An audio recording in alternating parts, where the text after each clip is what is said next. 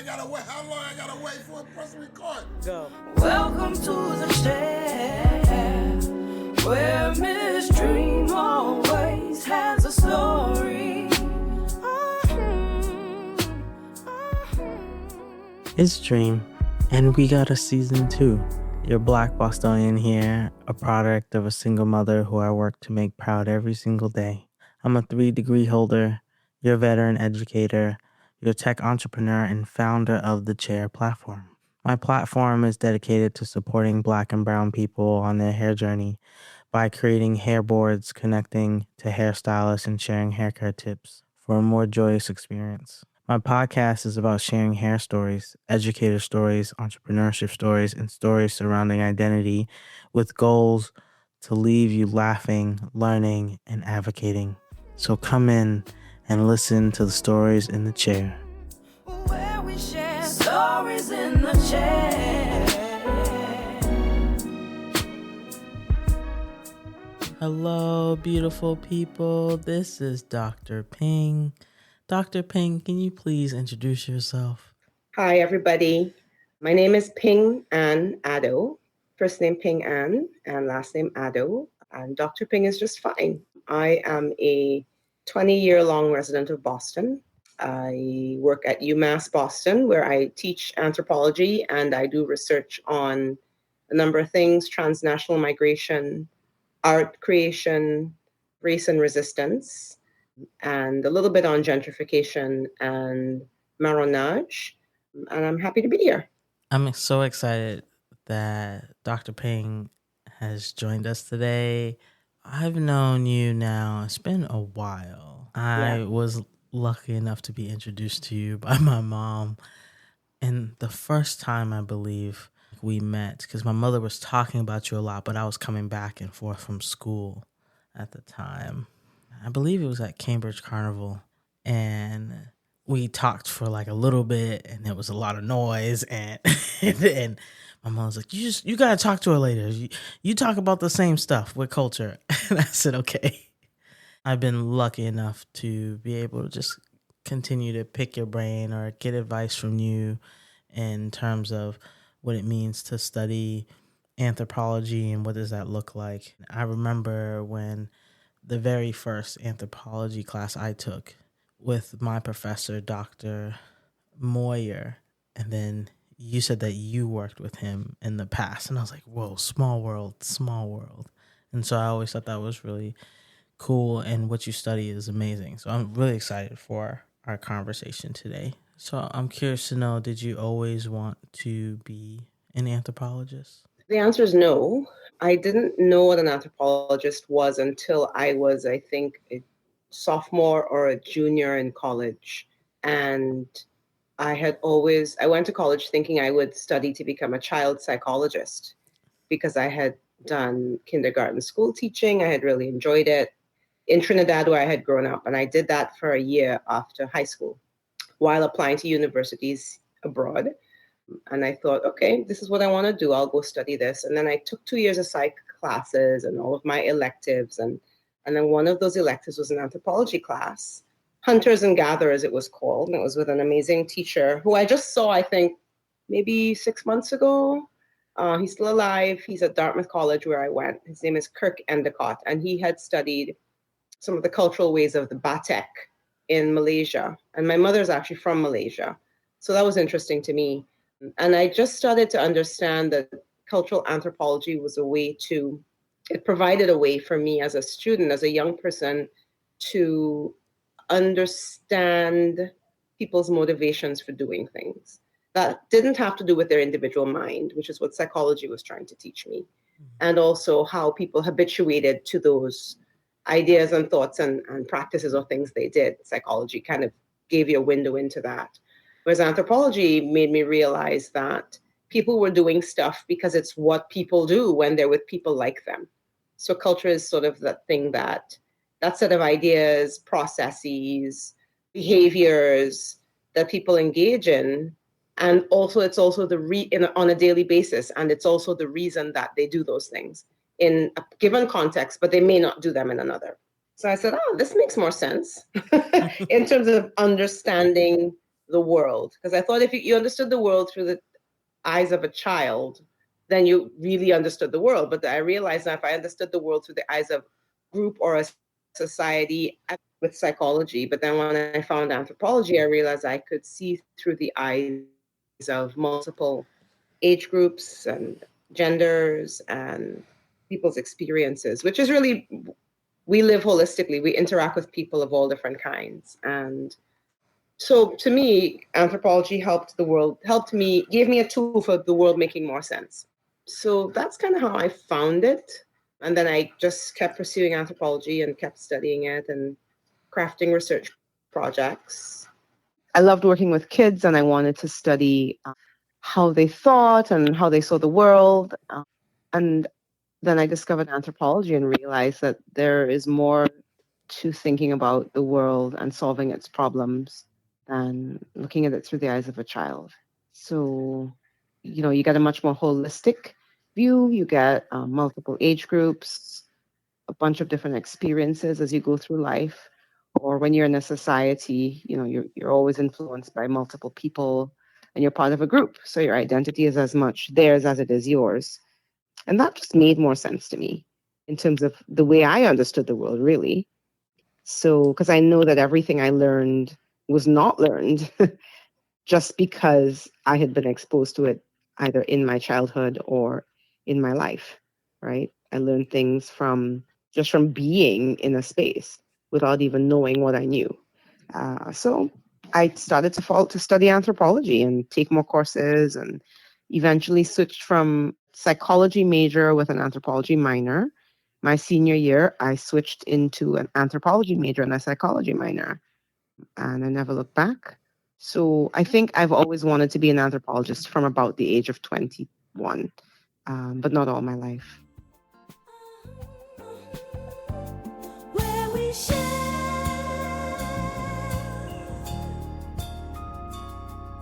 stories in the chair.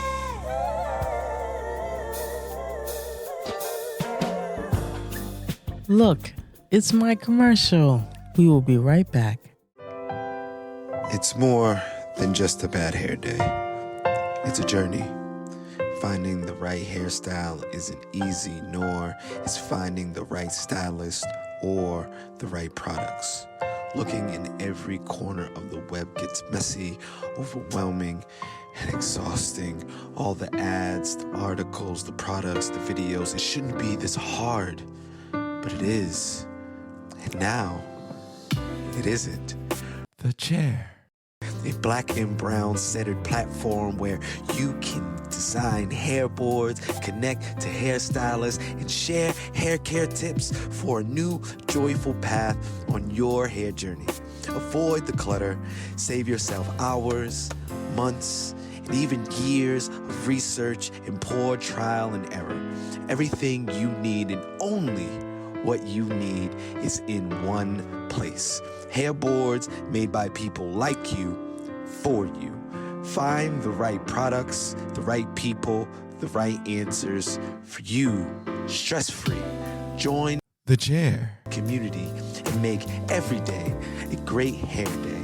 When you share your pain, you allow others to help you. And when you share your success, you help others get theirs.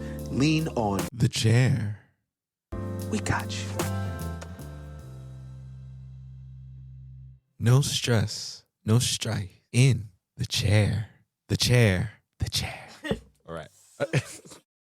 Why move on the track of professorship instead of being just only a researcher or just doing ethnographic research abroad? Why this track?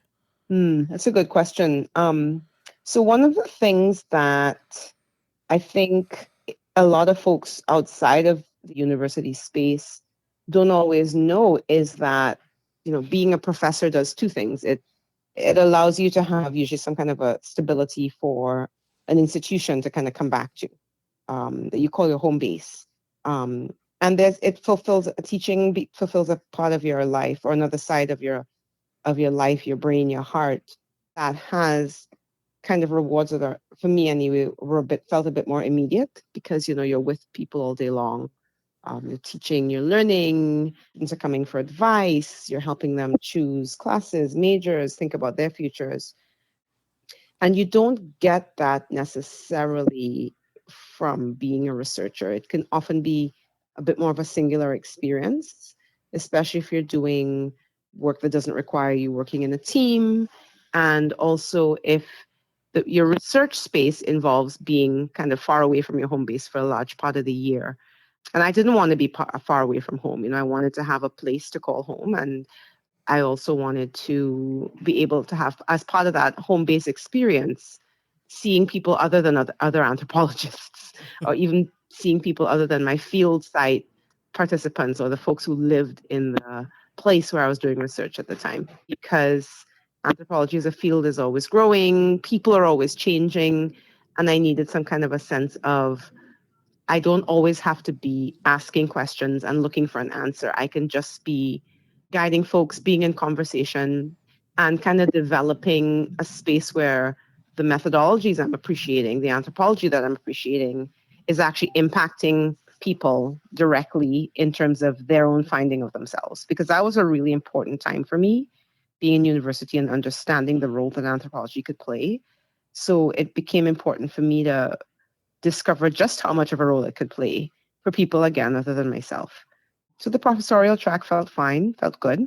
Also, my father had been a professor, he'd been a teacher, and he had died, I think, actually the year before I started graduate school. So I was quite young when he passed, and I didn't really think about what I would do once I got my degree, because it was sort of, we'll get the degree, and then, you can sort of figure out from there. But I TA'd in graduate school, I enjoyed that. I had friends who were also studying with me and were, for the most part, they were going to end up being in academia, becoming researchers. And again, most of the time that also means you're a professor. You have a home base, you have a home institution. And so it just kind of felt like something I could do. I hadn't tried a whole bunch of other things. I didn't have a career before I came back to grad school like some people. And it felt good to, after finishing a dissertation, after finishing all the very grueling graduate course, after helping to teach a couple of courses at graduate school, after coming back from doing research, it felt really, really good to be able to do the next thing, which was find a job that kind of fed another part of me, the immediacy of giving and versus always seeking it, which I think a researcher does a lot of the time. Yeah, that's part of the answer. There are other things that are coming to mind, but I think I might have to pick them up as we talk a bit more. So you're starting this journey in the field of cultural anthropology, and in that space, did you feel that your personal cultural and racial identities contributed to the type of research you were interested in? Yes and no. So I was really interested in three broad themes: transnational migration, some kind of visual art production that's sort of based in culture, and the experiences and stories of women as they intertwined with those two in a given culture. And I, experimented with one field site, didn't really work out. And then I had a couple of internships in museums in a country I'd never visited before, New Zealand. And I really enjoyed those. Those were 6-month internships that I actually crafted for myself because I had started to get interested in the native arts of the Pacific. And I spent 6 weeks at the Auckland Museum working with a really amazing curator there named Roger Nietzsche, and just sort of really learning about what goes into putting an exhibit together, because they were just revamping their Pacific Islands galleries, 2 of them at that time. This was the fall of 1999, I think. Yeah, the late fall of 1999 this went into February. I think I was there until February because I was there for 3 months. And then I also went to Wellington, New Zealand, which is the capital. And that's where the National Museum, Te Papa Tongawera is the name of the museum. And Te Papa means So it means the place we share, our place. And it was only I think the museum was only 2 years old. So it was new. It was, really interesting, really flash, as they say in New Zealand. It was sort of not an old stodgy museum, but a really sort of dynamic, technology-enabled place, but also really people-friendly and really interesting. And it told the story through history, it told the story through science, it told the story through the experiences of Indigenous people in New Zealand, the Maori, but also through all the other ethnic groups that had come. So it was an interesting kind of bunch of ways of seeing the story of New Zealand. And I got to know a curator from the Kingdom of Tonga, Miley Drake. She was Tongan, and she had been working there for a few years, and she introduced me to some of the objects from her culture. And I worked with another curator, Sean Mallon, who's Samoan, and he introduced me to just sort of different parts of the storage room, and I reorganized like a model canoe collection, and just kind of really interesting to be allowed to be up close with objects that are, sometimes sacred, sometimes really old, but definitely all meaningful in their own ways, and that kind of encapsulate the artistry of people from, these different island nations in the Pacific. And then Miley Drake, the Tongan curator, saw that I was really interested in the tapa cloth or the bark cloth from her culture, from her country, and said, well, if you want to do a project on this, that would be great, because it's been a while since anyone has kind of gone through our collection and really thought about the objects here. And, it kind of took off from there, that I was invited by a woman from Tonga, an Indigenous Tongan woman who lived in diaspora, to study the arts of her people. And in this particular case, the cloth arts are entirely a woman's art form. They do it in groups. They make these huge pieces of textile from the inner bark of the paper mulberry tree. They do it in community, for community. And it kind of ticked all the boxes. And then I went to Tonga the following year because I came back to grad school, started applying for like a pilot research grant, got that, went back to New Zealand, and then spent a few weeks in Tonga, and then came back to the US, applied for more grant money, and then went and spent the better part of 2 years in Tonga and New Zealand, going back and forth and following groups of women who were making textiles and families who were conducting ceremonies either in their homeland or in diaspora in New Zealand. And I started to get to know some families. They started to get to know me. They invited me to events that they were doing. They wanted me there. They were really interested in why this non-Tongan girl was interested in their culture. And, that brings up interesting conversations. And so that kind of holism for why people do what they do. Why do they make these choices to move to this place, to make these textiles, to not abandon these traditions? I could ask those questions, but then they could also ask me questions.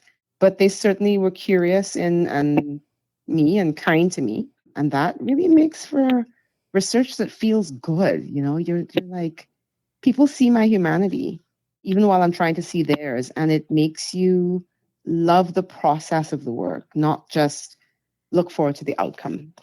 And maybe that's one of the things about anthropology and doing it, and therefore being able to teach it, that has me really happy with it, because it's become part of how I experience the world, is to learn and to teach and to grow with whomever I'm with.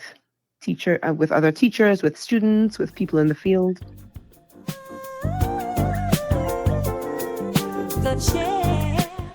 Oh, and if you're interested to learn more about my experiences as a Black woman and educator in Guangzhou, China, I wrote my first ebook titled Nowhere and Everywhere, Capture the Emotions of a Beautifully Broken Love Story. It is on lulu.com. Take a read and see some beautiful photography of mine. Enjoy the rest of the show.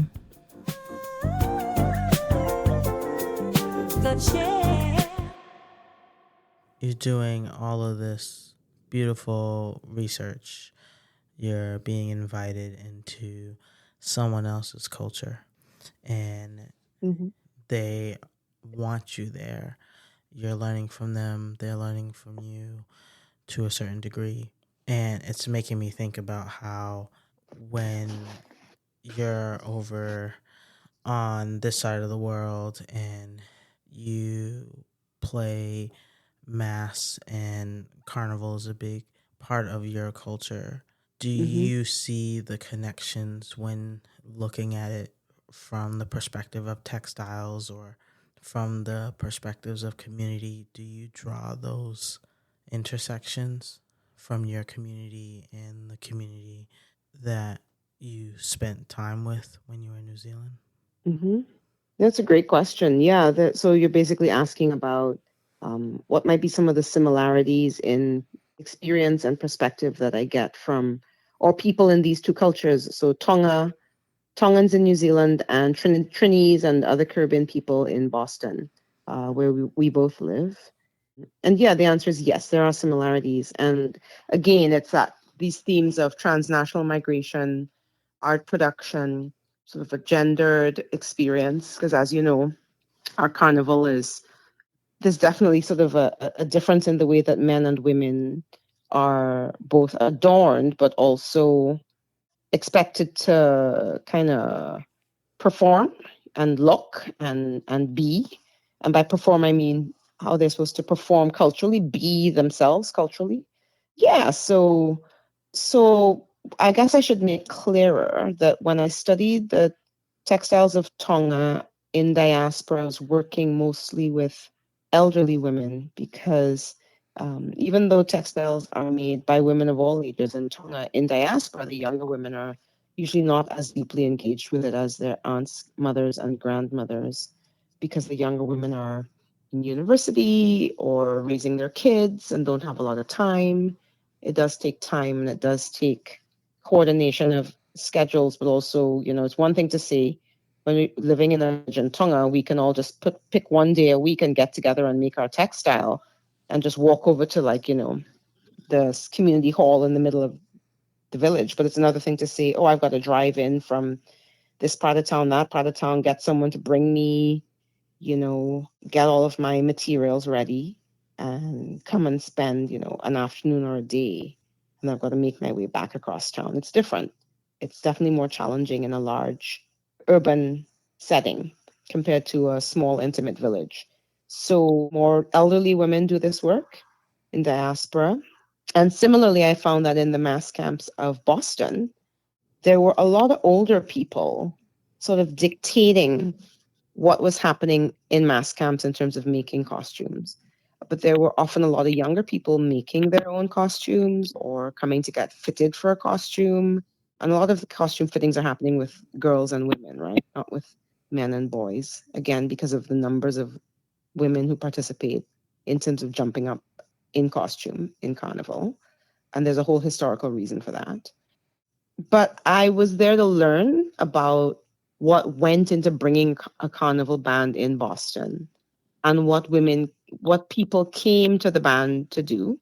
People gained from jumping up, masquerading, what people gained from helping make a costume or doing piecework that results in a whole bunch of costumes.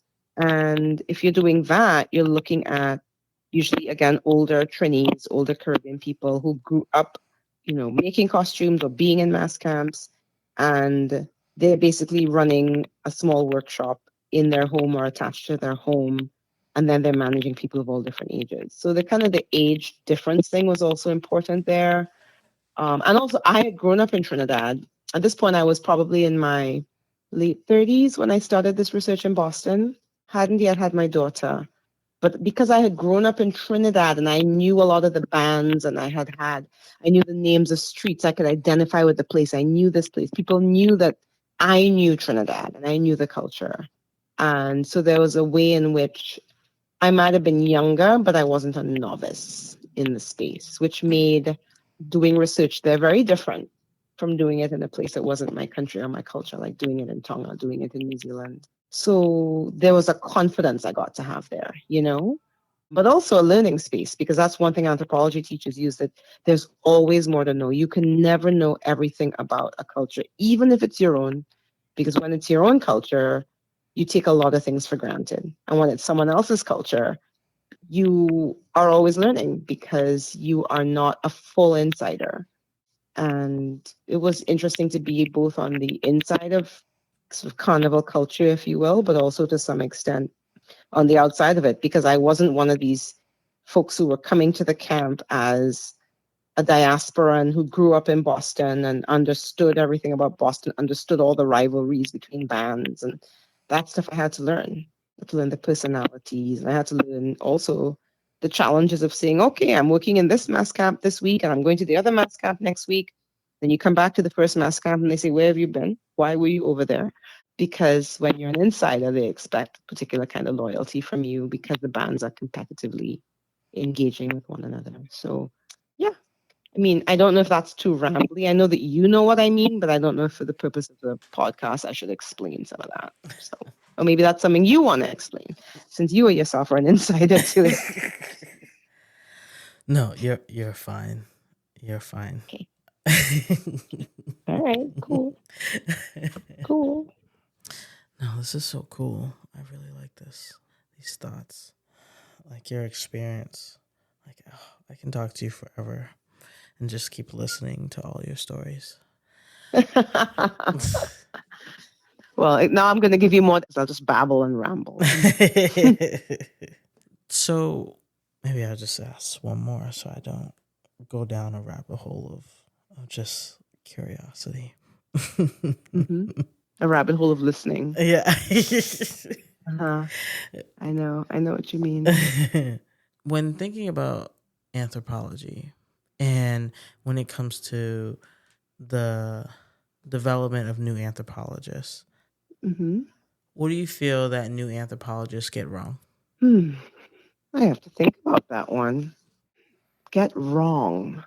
Dream, I really have to think about that one. I haven't really thought about it in terms of what there is to get wrong and what there is to get right. I think younger and newer anthropologists are being trained in a bunch of contexts that aren't familiar to me, a lot of social media, just being able to be in touch, with your family and your parents and your community. When you're in the field, used to be, we go away for a year and we wouldn't talk to our parents except for if we could buy an expensive phone card and call them every few weeks, But there's, I was more disconnected from where I came from when I was in the field, but I don't think that's a right or a wrong thing. So I have to think about that a little bit, because I think you're asking me either a methodological question or you're asking me about a balance of theory to method. And I don't know that the answer would be specific to anthropologists or just to scholars in general. But I have to think. Is that okay?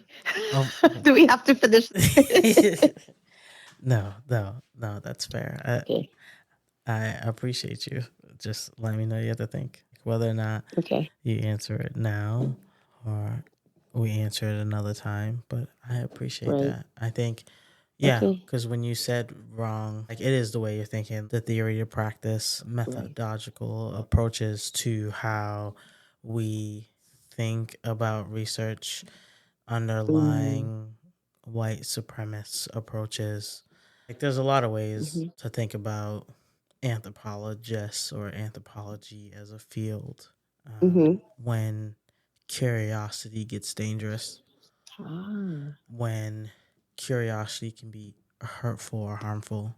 Even when you were talking about working in the museum, you were very clear about being invited, understanding when to touch something and not touch something.